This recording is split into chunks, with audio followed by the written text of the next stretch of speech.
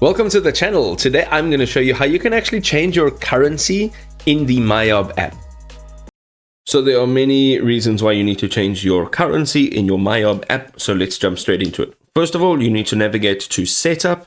You're going to look for Preferences, look for your System tab, and then click on Enable.